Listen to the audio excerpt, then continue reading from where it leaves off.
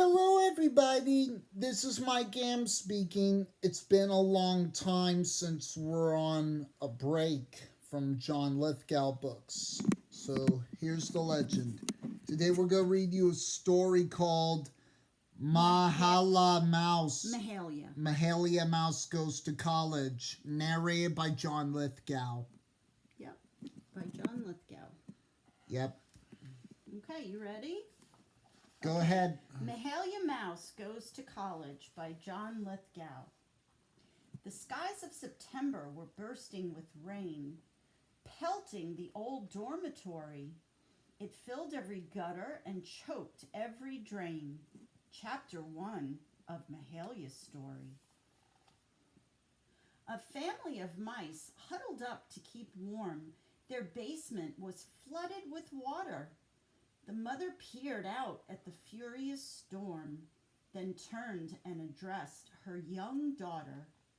"Mahalia, darling," she said with a sigh, "your father's not back till tomorrow, so wrap up a newspaper, keep yourself dry, and find us some cheese or a scrap of meat pie.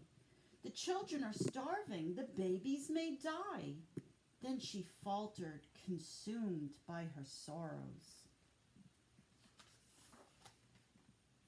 Mahalia hugged her, then scampered outside, sheltered by clumps of wisteria. In minutes, she'd found a secure place to hide, in a hall by the dorm cafeteria. Nearby lay a backpack, unclaimed on the floor, smelling of cheese and roast beef. Mahalia climbed up inside to explore, like a seasoned, self-confident thief. She found a fat sandwich and plucked out the cheese, stuffing it into her sack. But suddenly, zip! A sharp sound made her freeze as everything faded to black. Imprisoned in darkness, she tumbled and tossed. But what could Mahalia do? Tormented by fears of a grim holocaust, she pictured her home and her family lost. A sackful of cheese had been bought at such cost. Mahalia's Tale, Chapter 2. The backpack went bump as it came to a rest, then zip, opened up to the light. Peeping outside it, the mouse was distressed by a strange, unfamiliar sight.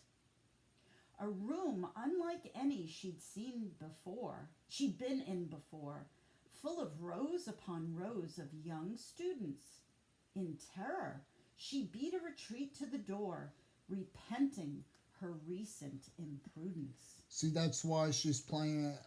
That's why he's playing the clarinet. No, honey, he's putting his pen in his mouth. He's sitting in a classroom. That's a very large classroom at a college. Wow, disgusting. Yeah. No, it's not disgusting. Just kidding. That's the professor, the teacher. Yeah. But a voice held Mahalia fast in her place. "This course is extremely advanced. It concerns the behavior of atoms in space, their collisions and fissions, their motion and pace. Don't take it unless you're an absolute ace." Mahalia Mouse was entranced. In her lonely new lodgings, she took the course on, overwhelmed by its daunting regime. But one night, as she slept in the hour before dawn, her mother appeared in a dream. "My baby," she said in a quavering voice, "you're off to a wonderful start. Don't think about us. Just believe in your choice. Be happy and follow your heart." Thereafter, whenever she sneaked into class, the mouse would recall every word. But one day, in the midst of a lecture, alas, the unthinkable finally occurred. "A mouse!" An ear-splitting shriek pierced the air, and instantly chaos took hold. Where? People screamed. Over there! Over there! Some ran for an exit, some leaped on a chair. Mahalia, trembling with fright and despair, felt the blood in her body run cold. Ha ha. The professor stepped forward to calm the class down. He stood at Mahalia's side. He stared at her notes with a studious frown. This mouse is a genius, he cried. Her grasp of the subject is sharp as a blade. This rodent will study with me. By noon he had kept the bold promise he'd made. Her books were all purchased. Her lab fees were paid. Her doubts and her fears were completely allayed. Mahalia Mouse, Chapter 3. That day marked the start of 4 glorious years. Mahalia Mouse went to college.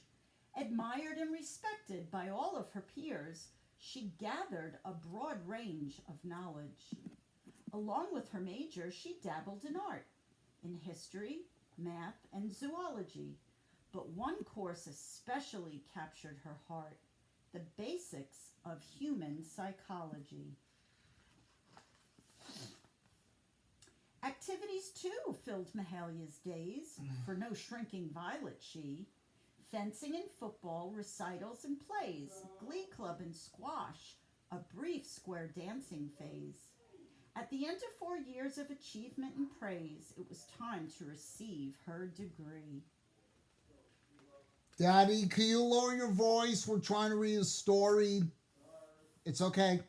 As she giddily braced for her June graduation, 100 reporters all sought her. And that's how her parents, in wild jubilation, stumbled on news of their daughter. That's her in the bed. No, that's her little baby sister. Little baby sister's in the bed. At commencement, Mahalia marched with her class, perched on a friend's brawny shoulder.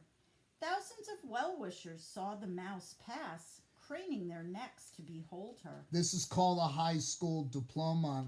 College. This is a college diploma. All at once, she went pale. Her palms were like ice. Her face wore a stricken expression. Her eyes were transfixed by a family of mice crouched alongside the procession. See, she's on somebody's shoulder because she's so tiny. And she sees her family down on the ground. They came to her graduation. My mother! My father! Mahalia cried as she skittered on down to the ground. When she landed, her family rushed to her side, exploding with love, with relief, and with pride, a jumble of feelings too joyous to hide, for the child they had lost had been found.